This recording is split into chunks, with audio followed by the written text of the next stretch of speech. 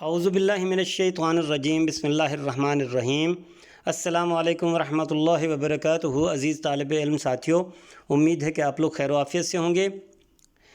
ہمارا موضوع جماعت ہشتم سے تعلق رکھتا ہے۔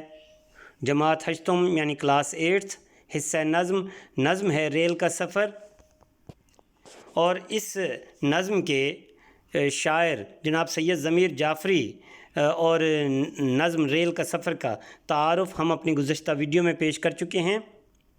اس ویڈیو میں ہم اپنے اس نظم کے تمام اشعار کا مفہوم سمجھنے کی کوشش کریں گے، اشعار کی تشریح کرنے کی کوشش کریں گے، مشکل الفاظ کے معانی کو سمجھیں گے، اور انشاءاللہ اس طرح پھر ہم آگے سلسلہ چلاتے ہیں۔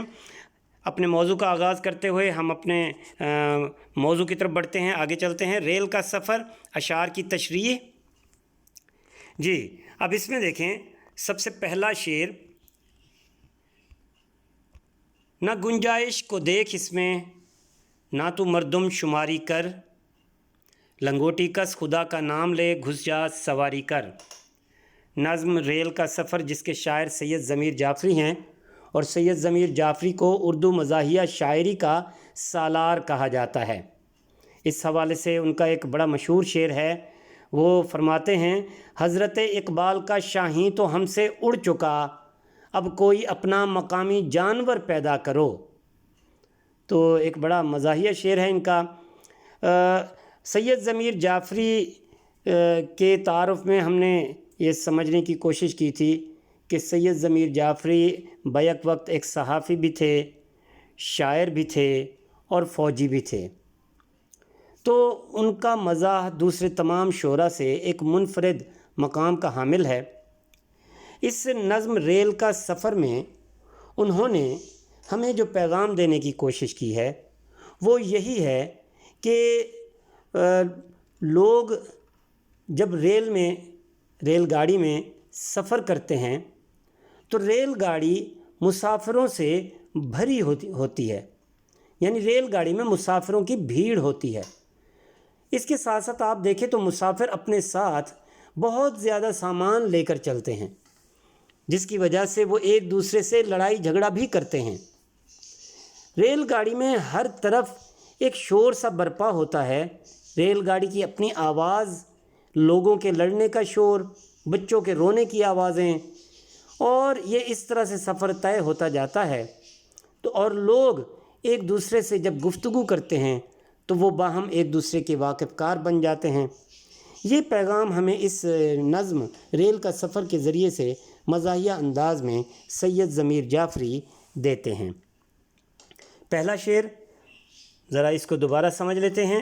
نہ گنجائش کو دیکھ اس میں، نہ تو مردم شماری کر، لنگوٹی کس خدا کا نام لے، گھس جا سواری کر۔ تو اب اس میں شاعر کیا کہتے ہیں؟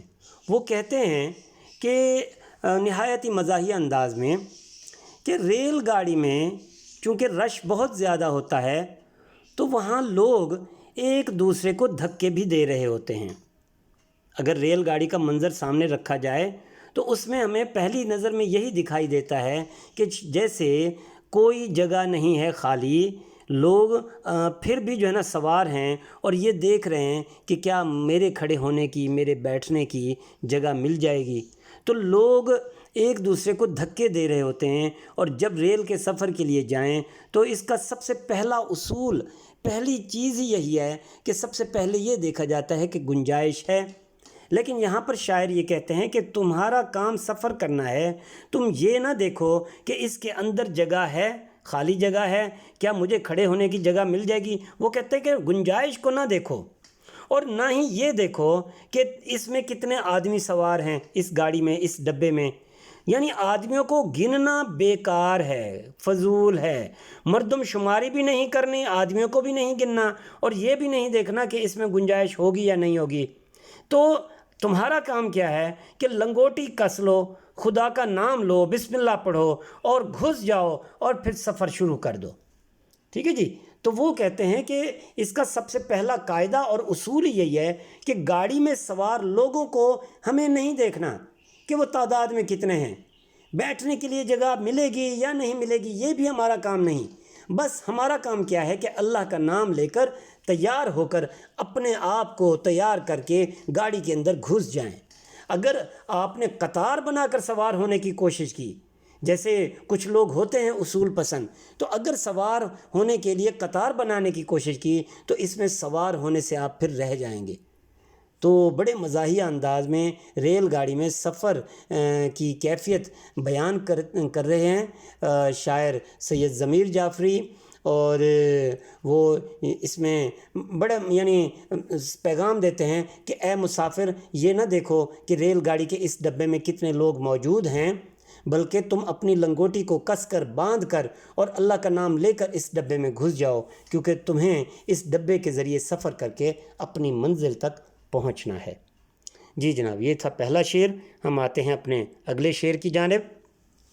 دوسرا شعر دیکھیے، ابس گننے کی یہ کوشش کہ ہیں کتنے نفوس اس میں، ابس گننے کی یہ کوشش کہ ہیں کتنے نفوس اس میں، کہ نکلے گا ذرا تو دیکھ تیرا بھی جلوس اس میں۔ اب اس میں دیکھیں، ابس ایک ایسا لفظ ہے جو بظاہر مشکل نظر آتا ہے۔ ابس کا مطلب ہے بیکار، فضول، یوز لیس، جس کا کوئی فائدہ نہ ہو، ابس بیکار۔ تو ابس گننے کی یہ کوشش یعنی گننے کی کوشش کرنا بیکار ہے، فضول ہے۔ یہ گننے کی کوشش کرنا کہ اس کے اندر کتنے آدمی سوار ہیں، نفوس یعنی نفس کا جمع، اور نفس سے مراد سانس لینے والا ہر جاندار، کوئی بھی جاندار ہو، انسان ہو یا دوسرے جاندار سوار ہوں۔ تو جب ایک مسافر ٹرین کے ڈبے میں سوار ہوتا ہے تو وہ پہلے ادھر ادھر دیکھتا ہے کہ اس کے اندر لوگ کتنے ہیں، ذرا دیکھو تو صحیح کہ ایک ڈبے میں لوگوں کی مقررہ تعداد ہے یا اس سے کہیں زیادہ ہے۔ تو بعض اوقات ایک ڈبے میں 60 لوگ سوار ہوتے ہیں، بعض اوقات 65 ہوتے ہیں، تو کچھ ڈبوں میں جو ہے نا کچھ زائد لوگ بھی سوار ہوتے ہیں۔ تو یہاں پر شاعر ہمیں یہ کہتے ہیں سمجھاتے ہوئے کہ تمہارا لوگوں کو گننے کی کوشش کرنا انتہائی بیکار ہے، گننے کی یہ کوشش بیکار ہے کہ اس کے اندر کتنے لوگ سوار ہیں۔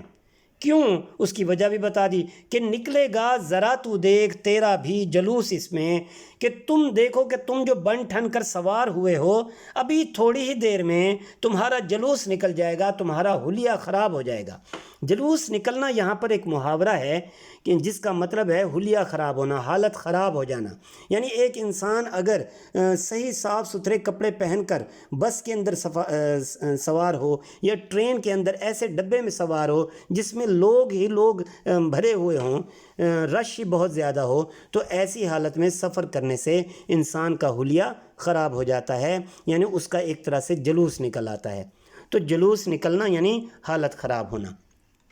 تو اب اس میں دیکھیں شاعر جو ہے وہ بڑے مزاحیہ انداز میں ایک طرح سے ٹرین کے ڈبے کے اندر کی منظر کشی کر رہے ہیں۔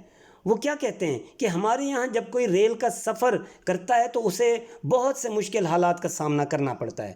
ریل کے ہر ڈبے میں لوگوں کی اس قدر بھیڑ، اس قدر رش کہ آرام سے بیٹھنا بھی بعض اوقات مشکل ہو جاتا ہے۔ تو وہ کہتے ہیں کہ اگر تو یہ گننے کی کوشش کر رہا ہے کہ ریل گاڑی کے اس ڈبے میں کتنے لوگ موجود ہیں، تو یہ کوشش کرنا بیکار ہے، فضول ہے، اس کا کوئی فائدہ نہیں، کیونکہ جلد ہی تو بھی اس ہجوم کا حصہ بننے والا ہے، اور جلد ہی تیرا بھی اس ہجوم میں جلوس نکلنے والا ہے، یعنی تیرا حلیہ اور تیری حالت بھی خراب ہونے والی ہے۔ ٹھیک ہے جی؟ تو شعر بہت آسان ہے، اس کو بار بار پڑھیں گے تو آسانی سے سمجھ میں آ جائے گا۔ ہم چلتے ہیں اپنے تیسرے شعر کی جانب۔ تیسرا شعر دیکھیے، وہ کھڑکی سے کسی نے مورچہ بندوں کو للکارا، پھر اپنے سر کا گٹھڑ دوسروں کے سر پہ دے مارا۔ جی، وہ کھڑکی سے کسی نے مورچہ بندوں کو للکارا، پھر اپنے سر کا گٹھڑ دوسروں کے سر پہ دے مارا۔ اب اس میں دیکھیں جو بات کی جا رہی ہے، گٹھڑ سے مراد تو بڑی گٹھڑی ہوتا ہے، یہ اسم مکبر ہے۔ گٹھڑ یعنی اسم مکبر، اور اس کا اسم مصغر ہوگا گٹھڑی۔ جیسے گھڑی کا اسم مکبر بنتا ہے گھڑیال، صندوق کا اسم مصغر بنے گا صندوقچی، اور اسی طرح یعنی گھڑی کا گھڑیال۔ تو یہ بہرحال اس میں مکبر ہے گٹھڑ، یعنی کپڑوں کا بہت بڑا گٹھڑ۔ اب اس میں کیا کہتے ہیں، وہ کھڑکی سے کسی نے مورچہ بندوں کو للکارا، پھر اپنے سر کا گٹھڑ دوسروں کے سر پہ دے مارا۔ تو بڑے مزاحیہ انداز میں شاعر سید ضمیر جعفری ریل گاڑی میں سوار ہونے کے منظر کو بیان کرتے ہیں کہ جیسے ہی گاڑی اسٹیشن پر آ کر رکتی ہے تو کھڑکی سے اندر گھسے ہوئے لوگ نظر آتے ہیں کہ کس طرح سے سوار ہیں۔ ایک مسافر ایسا بھی ہے جس نے کھڑکی میں سے اندر موجود لوگوں کو یعنی آواز لگائی کہ میں بھی تمہارے ساتھ سوار ہونے کے لیے آ رہا ہوں، رک جاؤ۔ اور پھر کیا کرتا ہے کہ وہ اپنے ساتھ جو بھی سامان ہوتا ہے، اپنے سامان کی بھری گٹھڑی کھڑکی سے اندر پھینک دیتا ہے، اور اس طرح اندر پھینکتا ہے کہ اندر سوار لوگوں کے سر پر جا کر لگتی ہے۔ ٹھیک ہے نا؟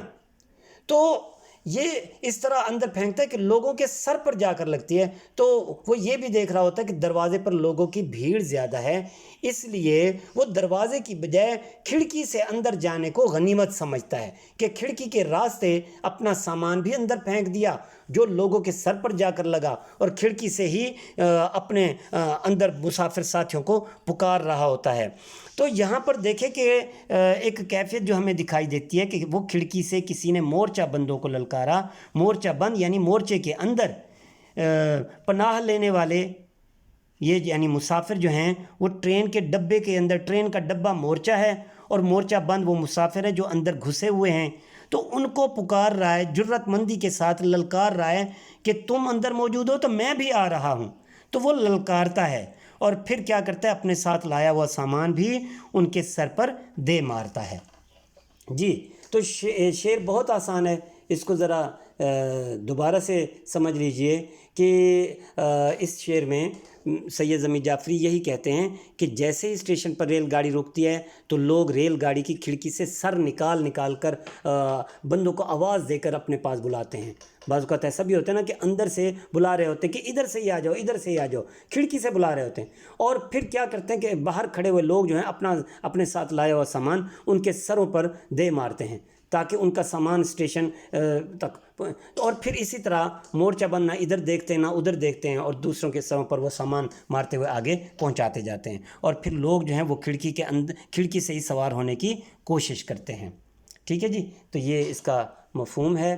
ہم آگے چلتے ہیں اگلے شعر کی جانب۔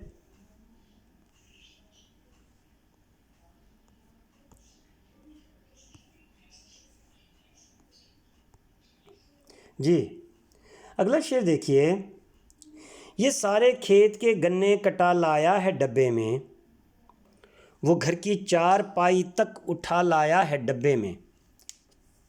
یہ عزیز ساتھیوں، اب اس میں ذرا سمجھنے کی بات ہے، بڑا مزاحیہ ایک منظر ہمارے سامنے پیش ہوتا ہے کہ ایک مسافر ٹرین کے ڈبے میں ایسا بھی سوار ہوا ہے کہ جو اپنے ساتھ اپنی سادہ لوگ مسافر ہوتے ہیں، دیہاتی لوگ ہوتے ہیں جو اپنے ساتھ گھر کا سامان بھی لے آتے ہیں، ساز و سامان، اور ایک صاحب تو ایسے بھی ہیں مسافر کہ جو کھیت کے گنے کٹوا لائے ہیں کہ اپنے عزیزوں کو وہ دیں گے گفٹ کے طور پہ، سوغات کے طور پہ۔ تو سوغات اکثر لوگ لے جاتے ہیں اپنے گھر کی، اپنے علاقے کی، تو یہ ایک طرح سے کھیت کے گنے کٹوا کر جو ہے سوغات کے طور پر مسافر لے آیا ہے، اب وہ ٹرین کے ڈبے کے اندر رکھے جا رہے ہیں یہ گنے۔ تو شاعر کہتے ہیں کہ یہ سارے اپنے کھیت کے سارے گنے کٹوا کر لے آیا ہے، اب وہ ڈبے کے اندر رکھے جا رہے ہیں، اور ایک صاحب ایسے بھی ہیں کہ گھر کی چار پائی تک بھی اٹھا لائے ہیں، گھر کی چار پائی تک اٹھا لائے ہیں۔ تو اب یہ مسافروں کی حالت ہے۔ اب اس میں دیکھیں بڑے دلچسپ طریقے سے بیان کر رہے ہیں کہ ریل گاڑی میں سوار ہونے والے افراد کا سامان کس نوعیت کا ہے۔ مسافر اپنے ساتھ بہت زیادہ سامان لاتے ہیں، یہ سادہ لوگ مسافر ہوتے ہیں جو سفر کرتے ہوئے دوسرے کی تکلیف کو مد نظر نہیں رکھتے۔ تو بہرحال یہ جو سامان ہوتا ہے اس میں بہت سی چیزیں اہمیت کی حامل نہیں ہوتی، یعنی ان کو لے جانا ضروری نہیں ہوتا، لیکن بس وہ سوغات سمجھ کر یا ضرورت سمجھ کر وہ لے جا رہے ہوتے ہیں۔ تو اس کے سفر کے لیے وہ چیزیں جو ضروری نہیں وہ بھی ساتھ ہوتی ہیں۔ تو ایک ایسے مسافر وہ اپنے ساتھ ریل میں بہت سارے اپنے کھیت کے گنے کٹوا لایا ہے، اور وہ ان گنوں کو دوسری جگہ پر لے کر جانا چاہتا ہے، اور کوئی مسافر ایسا بھی ہے جو اپنے سامان میں گھر کی چار پائی تک لے آیا ہے۔ تو مسافروں کا یہ سامان جو ہے نا دوسروں کے لیے جہاں رکاوٹ کا باعث بنتا ہے وہاں اس سے بہت زیادہ تکلیف بھی ہوتی ہے. تکلیف اور رکاوٹ یہ دونوں چیزیں ہوتی ہیں ٹرین کے ڈبے میں. دوسروں کا سامان مسافروں کو تکلیف ضرور دیتا ہے، اس لیے کوشش یہ کرنی چاہیے کہ حتی الامکان دوسرے کے لیے ہم سہولت کا باعث بنیں. بہرحال یہ مسافروں کا یہ سامان جو ہے دوسرے لوگوں کی پریشانی کا باعث بنتا ہے، اور اس کیفیت کو انہوں نے بیان کیا ہے شاعر نے، سید ضمیر جعفری نے، کہ ایک مسافر ایسے ہیں جو اپنے کھیت کے سارے گنے کٹوا لائے ہیں، اور ایک صاحب ایسے ہیں جو اپنے گھر کی چارپائی تک اٹھا لائے ہیں. تو یہ سامان جو ہے کوئی خاص ضروری نہیں لیکن مسافر لے جاتے ہیں. جی جناب آگے چلتے ہیں. اگلا شعر دیکھیے. وہ ایک رسی میں پورا لاؤ لشکر باندھ لائے ہیں، وہ ایک رسی میں پورا لاؤ لشکر باندھ لائے ہیں، یہ بستر میں ہزاروں تیر و نشتر باندھ لائے ہیں. تو ایک رسی میں پورا لاؤ لشکر. اب لاؤ لشکر جو ہے وہ ساز و سامان کے معنوں میں آیا ہے. لاؤ لشکر خاص طور پر فوجی ساز و سامان جو ہوتا ہے وہ لاؤ لشکر کہلاتا ہے. تو اس میں شاعر سید ضمیر جعفری بڑے مزاحیہ انداز میں کہتے ہیں کہ مسافر اپنے اس سامان کو جو نا رسی سے باندھ کر لے آئیں تاکہ کھلے نہ، تاکہ کوئی دوسرا مسافر کھول کر ان کا سامان نہ نکال لے. ایسا لگتا یہی ہے کہ وہ فوجی محاذ پر لڑنے جا رہے ہیں، یعنی یہ فوجی کی حیثیت رکھتے ہیں، فوجی ہیں اور محاذ پر لڑنے جا رہے ہیں. یعنی ان کا سامان اتنا زیادہ ہوتا ہے کہ اس کو باقاعدہ ایک رسی سے باندھ دیا گیا. تو مسافر اپنے سامان کے بستر میں بہت ساری ایسی چیزیں بھی باندھ لاتے ہیں جو تیروں اور تیز چاقوؤں کی طرح ہوتی ہیں، جو لوگوں کو زخمی کر رہی ہوتی ہیں، لوگوں کے لیے تکلیف کا باعث بن رہی ہوتی ہیں. تو یہ چیزیں جو لوگوں کے لیے تکلیف کا باعث ہیں، ان کی منظر کشی کس طرح سے کی ہے کہ اپنا لاؤ لشکر رسی کے اندر رسی میں باندھ کر لے آئے ہیں، ٹرین کے ڈبے میں اب سوار ہیں. تو مسافر ریل گاڑی میں سفر کے لیے بہت زیادہ سامان لے آتے ہیں جن سے دوسرے مسافروں کو سخت پریشانی کا سامنا کرنا پڑتا ہے. ٹھیک ہے نا. تو اب اس میں یہی ہے کہ جی جناب اس میں یہی ہے کہ شاعر یہی کہتے ہیں کہ لوگ ریل گاڑی میں اپنے سامان کو ایک ہی رسی میں باندھ کر لے آتے ہیں، اور کبھی کبھی تو مسافر ایک بڑے سے بستر کے اندر یا بستر کی چادر کے اندر بہت ساری چیزیں جمع کر کے باندھ کر اپنے ساتھ لے آتے ہیں. اگر ٹرین کے اندر آپ لوگوں نے سفر کیا ہو تو آپ نے دیکھا ہوگا کہ بعض اوقات سامان رستے میں ہی پڑا ہوتا ہے اور گزرنے کی جگہ تک نہیں ہوتی، اور بعض اوقات سامان کے اوپر سے گزرنا پڑتا ہے. اور ایسے میں آپ یہ بھی دیکھتے ہوں گے، سمجھتے ہوں گے کہ کچھ لوگ ایسے بھی ہوتے ہیں جن کو گاڑی میں ڈبے کے اندر سیٹیں نہیں ملتی اور وہ بیچارے تھکن کے مارے رات کو رستے میں ہی سو جاتے ہیں. ٹرین کے اندر ڈبے میں جو گزرگاہ ہوتی ہے جہاں سے مسافر گزر رہے ہوتے ہیں وہیں پر وہ سوتے ہوئے دکھائی دیتے ہیں، اور لوگ دوسرے لوگ اب چونکہ سفر کرنا ہے، لوگ ادھر سے ادھر اس ڈبے سے دوسرے ڈبے میں جا رہے ہوتے ہیں، ان کا یہ یعنی آنا جانا بند نہیں ہوتا، تو وہ ان آدمیوں کے جو سوئے ہوئے ہوتے ہیں ان کے آدمیوں کے اوپر سے گزرتے ہوئے چلے جاتے ہیں. تو یہ بھی ایک طرح سے انسان کی تضحیک ہے، تذلیل ہے. تو اس لیے کوشش یہ کرنی چاہیے کہ جہاں تک ہو سکے دوسرے مسافروں کے لیے آسانی کا باعث بنے، نہ کہ تکلیف کا. تو یہاں پہ بہرحال اس شعر میں وہ ایک رسی میں پورا لاؤ لشکر باندھ لائے ہیں، تو یہاں پہ مراد یہی ہے کہ مسافر اپنے سامان کو رسی سے باندھ کر لائے ہیں، اور یوں لگتا ہے کہ جیسے وہ کوئی فوجی محاذ پر لڑنے جا رہے ہوں اور ان کا ساز و سامان بہت زیادہ ہو جس کو رسی میں باندھا گیا ہو. تو مسافر اپنے سامان کے بستر میں بہت سی ایسی چیزیں باندھ لاتے ہیں جو دوسرے مسافروں کے لیے تکلیف کا باعث بنتی ہیں، دوسروں کو تکلیف دیتی ہیں، زخمی کر دیتی ہے بعض اوقات، اور آنے جانے میں گزرنے میں تکلیف ہوتی ہے. تو مسافر ریل گاڑی میں سفر کے لیے بہت زیادہ سامان لاتے ہیں جس سے دوسرے مسافروں کو پریشانی کا سامنا کرنا پڑتا ہے. تو یہ پریشانی جو ہے یہ تیر و نشتر سے اس کو تعبیر کیا گیا ہے، اور لاؤ لشکر سے مراد سامان، وہ سامان خاص طور پر جو فوجیوں کا ہوتا ہے، اور یہاں پر مسافروں کو فوجیوں سے تشبیہ دی گئی ہے. جی جناب اگلا شعر دیکھتے ہیں. صراحی سے گھڑا روٹی سے دسترخوان لڑتا ہے، مسافر خود نہیں لڑتا مگر سامان لڑتا ہے. صراحی سے گھڑا روٹی سے دسترخوان لڑتا ہے، مسافر خود نہیں لڑتا مگر سامان لڑتا ہے۔ جی جناب، تو شاعر سید ضمیر جعفری اب کیا کہتے ہیں اس شعر میں؟ وہ بڑے مزاحیہ انداز میں مسافروں کی لڑائی کا ذکر کرتے ہیں کہ لوگوں کا سامان چونکہ بہت زیادہ ہوتا ہے اور بعض اوقات یہ سامان ایک دوسرے کے ساتھ ٹکرا رہا ہوتا ہے، اس سامان کی وجہ سے مسافروں کو پریشانی کا سامنا ہوتا ہے اور یہی سامان بعض اوقات لوگوں کی لڑائی کا باعث بھی بن جاتا ہے۔ تو شاعر کہتے ہیں کہ لوگ ایک دوسرے سے خود نہیں لڑتے، بلکہ یہ سامان ہے جو لڑائی کی وجہ بنتا ہے، ان کی متعلقہ چیزیں لڑائی کرتی ہیں، جیسے گھڑا ہے، صراحی ہے، یہ دونوں برتن پانی کے لیے استعمال ہوتے ہیں، اور روٹی اور دسترخوان کا باہمی تعلق ہے، تو یہی چیزیں باہم لڑائی کا سبب بنتی ہیں۔ بھیڑ میں پتہ ہی نہیں چلتا کہ کون کس سے لڑ رہا ہے، تو بعد میں معلوم ہوتا ہے کہ ایک مسافر دوسرے مسافر سے نہیں لڑتا، بلکہ ان کے سامان کی وجہ سے یہ لڑائی ہوتی ہے، ان کے سامان کی وجہ سے۔ تو سامان ان کے درمیان لڑائی کرنے کا سبب بنتا ہے۔ صراحی سے گھڑا، روٹی سے دسترخوان لڑتا ہے۔ اگر ہم اس کو عملی شکل میں دیکھیں تو بعض اوقات ٹرین کے سفر میں ہمیں دکھائی دیتا ہے کہ لوگوں کا سامان اس قدر زیادہ ہوتا ہے کہ وہ جگہ جگہ ہمیں پڑا ہوا دکھائی دیتا ہے، سیٹوں کے نیچے، برتھوں کے اوپر، اور بعض اوقات سامان کی باقاعدہ جو جگہ بنی ہوئی ہے، جو ریک بنا ہوتا ہے، شیلف بنا ہوا ہے ٹرین کے اندر، اس کے اندر بھی بے تحاشا سامان پڑا ہوتا ہے جو بعض اوقات گر جاتا ہے تو نیچے بیٹھنے والوں کو تکلیف دیتا ہے، تو اس وجہ سے وہ ان کی پھر مسافروں کی آپس میں لڑائی ہو جاتی ہے۔ تو یہاں پر صراحی اور گھڑا یا روٹی اور دسترخوان یہ دراصل علامتی طور پر بیان کیے گئے ہیں، ورنہ ان ناموں سے مراد، ان چیزوں سے مراد مسافروں کا استعمال میں آنے والا ہر قسم کا سامان شامل ہے۔ تو مسافروں کا ہر قسم کا سامان وہ ایک دوسرے سے ٹکرا رہا ہوتا ہے جو لڑائی کا باعث بنتا ہے۔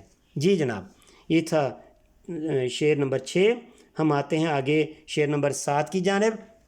اگلا شعر دیکھیے، وہ حضرت جو عوام الناس میں گھل مل کے بیٹھے ہیں، وہ حضرت جو عوام الناس میں گھل مل کے بیٹھے ہیں، رضائی میں وہ یوں بیٹھے ہیں گویا سل کے بیٹھے ہیں۔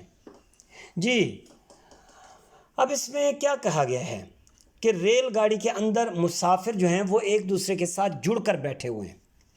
وہ حضرت جو عوام الناس میں ہیں، لوگوں کے ہیں، عوام عام کا جمع، عام لوگ، عوام الناس یعنی عام لوگ، عام لوگوں کے درمیان ایک حضرت ایسے ہیں جو گھل مل کے بیٹھے ہوئے ہیں، اپنی مزیدار باتوں سے لوگوں کو گرویدہ کیے ہوئے ہیں اور لوگوں کے درمیان ان کی بڑی اہمیت ہو گئی ہے۔ اب لوگ جو ہے نا ان کی باتیں بڑے دلچسپی سے اور غور سے سن رہے ہیں، تو گھل مل گئے ہیں یہ صاحب، اور لوگوں میں ان کی بڑی اہمیت ہو گئی ہے، لوگ ان کو اہمیت دے رہے ہیں۔ تو اب ایسا شخص جو لوگوں میں مقبول ہو چکا ہو، لوگوں کے اندر اس کی کوئی شناخت ہو چکی ہو، پہچان بن گئی ہو یا اہمیت ہو چکی ہو، تو ایسے میں لوگ اس کو اپنے قریب کر لیتے ہیں۔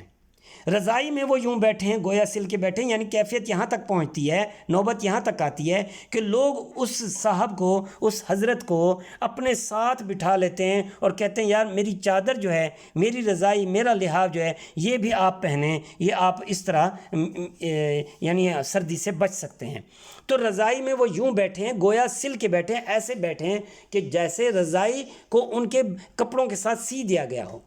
تو یہ کیفیت بیان کی گئی ہے، یعنی ریل گاڑی کے اندر مسافر ایک دوسرے کے ساتھ جڑ کر بیٹھے ہیں، دوسروں کے ساتھ رچ بس جاتے ہیں، اپنی باتوں سے دوسروں کو اپنا قائل کر لیتے ہیں، گپ شپ لگاتے ہیں، اور کچھ مسافر ایسے بھی ہیں جو رضائی اوڑھے ہوئے ہیں، وہ یوں بیٹھے ہیں جیسے رضائی کے اندر سل گئے ہوں، یعنی جڑ کر بیٹھنا۔ اور لوگوں کے ہجوم کی وجہ سے جگہ چونکہ تنگ ہوتی ہے تو اس تنگ جگہ میں حرکت کرنا بھی مشکل ہوتا ہے، تو رضائی میں سل کر بیٹھنے سے مراد وہ تنگی ہے جگہ کی کہ جس کی وجہ سے وہ رضائی انہوں نے اپنے ارد گرد لپیٹ لی ہے۔ تو دونوں مفہوم یہاں پہ آ جاتے ہیں۔ دیکھیں نا کہ وہ حضرت جو عوام الناس میں گھل مل کے بیٹھے ہیں، اب اس میں ایک صاحب کی بات کی گئی ہے، ایک ایسے مسافر کی بات کی گئی ہے کہ جو اپنی باتوں سے لوگوں کو اپنا قائل کر لیتا ہے، اپنا بنا لیتا ہے، اپنا گرویدہ کر لیتا ہے، گھل مل جاتا ہے لوگوں میں، اور لوگ اس کی باتیں بڑے شوق سے سنتے ہیں، اور پھر انہی میں سے کوئی ایسے بھی ہوتے ہیں جو اس کو پیشکش کرتے ہیں کہ تم ادھر میرے ساتھ آ جاؤ، میری رضائی شیئر کر لو، اور اکٹھے بیٹھے ہوتے ہیں اور ایسے بیٹھے ہوتے ہیں گویا رضائی میں وہ سل چکے ہوں۔ اور دوسرا مفہوم یہ کہ چونکہ ریل گاڑی کے اندر جگہ تنگ ہوتی ہے تو وہ یوں ایسے بیٹھ جاتے ہیں جگہ کی تنگی کی وجہ سے کہ وہ ہل جل بھی نہیں سکتے، ٹھیک ہے جی۔ تو اس تنگ جگہ میں ان کا حرکت کرنا بھی بعض اوقات مشکل ہو جاتا ہے۔ جی جناب، یہ تھا شعر نمبر 7 کا مفہوم۔ آگے چلتے ہیں۔ اب اس میں دیکھیں، وہ آ پہنچا کوئی چمٹا بجا کر مانگنے والا، وہ آ پہنچا کوئی چمٹا بجا کر مانگنے والا، بہت مقبول ہے لوگوں میں گا کر مانگنے والا۔ اب اس میں دیکھیے ٹرین کے اندر کی کیفیت دیکھیے کہ لوگ سفر کر رہے ہیں اور اس دوران جو ہے نا ایک ایسا بھکاری آ پہنچا کہ جس کے ہاتھ میں چمٹا ہے، ایسا فقیر آ پہنچا، ایسا بھکاری آ پہنچا مانگنے والا کہ جس کے ہاتھ میں چمٹا، اور چمٹا بجا بجا کر وہ گا بھی رہا ہے اور مانگ بھی رہا ہے۔ تو ایسا شخص جو مانگنے والا ہوتا ہے، خاص طور پر گانے گا کر مانگنے والا، وہ اس کو لوگ یعنی بڑا پسند کرتے ہیں، لوگوں میں بڑا مقبول ہوتا ہے، بہت مقبول ہے لوگوں میں گا کر مانگنے والا۔ تو لوگوں میں ایسا شخص، ایسا بھکاری جو جس کی آواز اچھی ہو اور وہ چمٹا بجا کر مانگ رہا ہو، تو وہ تو بیچارہ کچھ مانگے نہ بھی مانگے تب بھی لوگ جو ہے نا وہ اس کو دے دیا کرتے ہیں۔ تو ہمارے ہاں یہ بھی ایک ٹرینڈ ہے، ایک یہ بھی رجحان ہے کہ ٹرین کے اندر یا بس کے اندر ایسے بھکاری آ جاتے ہیں جو پیشہ ور ہوتے ہیں، اور یہ پیشہ ور بھکاری مختلف طریقے اختیار کرتے ہیں۔ ان میں سے ایک طریقہ یہ کہ ایک فقیر ایسا کہ جس کے ہاتھ میں چمٹا تھا، وہ چمٹا بجا کر مانگ رہا ہے، اور ایسا آدمی لوگوں میں بے حد مقبول ہوتا ہے۔ جی جناب، تو اب اس میں جو بات سمجھنے کی ہے وہ ہے یہاں پہ بھکاری کا بھیک مانگنے کا انداز۔ تو بھیک مانگنے کے مختلف انداز ہیں، ان میں یہی ایک انداز ہے کہ ان بھیک مانگنے والوں میں ایک وہ شخص شامل ہے جو چمٹا بجا کر اور گانا گا کر لوگوں سے بھیک مانگتا ہے۔ یہ چمٹے والا شخص جو ہے لوگوں میں بہت مشہور ہے، کیونکہ لوگ اس کا گانا سننا پسند کرتے ہیں اور اس کی مدد کر دیتے ہیں۔ تو ریل گاڑی میں چونکہ بہت شور ہوتا ہے، تو ایسے میں اگر کوئی بھیک مانگ رہا ہے تو کوئی ایسے بھی ہیں جو پھل بیچتے ہوئے دکھائی دیتے ہیں، کوئی ایسے بھی ہیں جو ٹھنڈے مشروبات بیچنے والے ہوتے ہیں اور آوازیں لگا لگا کر، ایسے میں کوئی چائے والا آ جاتا ہے۔ تو یہ مختلف طرح کے لوگ ہیں جو اپنی چیزیں فروخت بھی کر رہے ہوتے ہیں، اور ان میں بھکاری بھی شامل ہے جو بھیک مانگ رہا ہوتا ہے۔ تو اس کیفیت کو شاعر نے بڑی خوبصورتی سے ہمارے سامنے پیش کیا ہے۔ جی جناب، اب آتے ہیں اپنے اس نظم کے آخری شعر کی جانب۔ بہم یوں گفتگو میں آشنائی ہوتی جاتی ہے، بہم یوں گفتگو میں آشنائی ہوتی جاتی ہے، لڑائی ہوتی جاتی ہے، صفائی ہوتی جاتی ہے۔ جی، اب یہ یوں سمجھ لیں کہ آخری شعر ہے۔ تو اس نظم کے اس شعر میں ان لوگوں کی وہی کیفیت کہ لوگ جب ایک دوسرے کے ساتھ بیٹھتے ہیں، گپ شپ کر رہے ہوتے ہیں، تو اس گفتگو کے گپ شپ کے دوران لوگ ایک دوسرے سے واقفیت نکال لیتے ہیں، ایک دوسرے کے واقف کار بنتے چلے جاتے ہیں، جان پہچان والے نکل آتے ہیں، اور ان سے پھر گفتگو کا اپنا ایک انداز ہوتا ہے، وہ پھر اپنے سے بن جاتے ہیں۔ تو ریل گاڑی اپنی منزل کی طرف بڑھ رہی ہوتی ہے، بھیڑ میں لوگ پھنسے ہوئے ہیں، وہ کھڑے کھڑے، بعض اوقات کھڑے کھڑے ہی لوگ ایک دوسرے سے باتیں کرنا شروع کر دیتے ہیں، ان کی باتوں میں ایک دوسرے سے واقفیت نکل آتی ہے، جان پہچان ہو جاتی ہے۔ بہم یوں گفتگو میں آشنائی ہوتی جاتی ہے، یعنی ایک ساتھ گفتگو کرتے ہوئے ایک دوسرے سے واقفیت ہوتی چلی جاتی ہے، جان پہچان بڑھتی چلی جاتی ہے۔ پھر یہ بھی ہوتا ہے کہ لوگ جب ایک دوسرے سے باتیں کرتے ہیں، ان کی باتوں میں جب واقفیت نکلتی ہے، تو یہ وہ لوگ ہوتے ہیں جو اس سے پہلے، تھوڑی ہی دیر پہلے ایک دوسرے سے جھگڑے کر رہے تھے، مگر اب کیا کیفیت ہے کہ اب وہ ایک دوسرے کے چونکہ واقف کار بن گئے ہیں، جان پہچان ہو گئی ہے، تو وہ اب دوستوں کی طرح آپس میں گفتگو کر کے اس سفر سے لطف اندوز ہو رہے ہیں۔ لڑائی ہوتی جاتی ہے، صفائی ہوتی جاتی ہے، یعنی پہلے لڑائی تھی، اب صفائی ہے، اب صلح صفائی۔ یہاں پہ صفائی کا مطلب صلح کے معنوں میں ہے، صفائی صلح کے معنوں میں یہاں پہ استعمال ہوا ہے، صلح صفائی ہونا۔ تو صفائی ہوتی جاتی ہے، یعنی صلح ہوتی جاتی ہے۔ تو پہلے لڑائی کی وجہ یہ تھی کہ لوگ ایک دوسرے کے واقف کار نہیں تھے، سامان کی وجہ سے لڑائی تھی، مگر چونکہ اب واقفیت نکل آئی ہے تو اب وہ دوستی ہو گئی ہے، اب جو ہے نا صلح ہو گئی ہے، اب سارے گلے شکوے دور ہو گئے۔ جی جناب، تو یہ نظم تھی سید ضمیر جعفری کی نظم ریل کا سفر، جس کے ہم نے آج اشعار کو سمجھنے کی کوشش کی ہے۔ ہم اپنی اگلی ویڈیو میں اس نظم ریل کا سفر کے مشقی سوالات کو سمجھنے کی کوشش کریں گے۔ اس نظم کی اس ویڈیو کو لائک، شیئر اور سبسکرائب ضرور کیجئے۔ چینل ہے محمود بھٹی آرٹسٹ۔ اللہ حافظ۔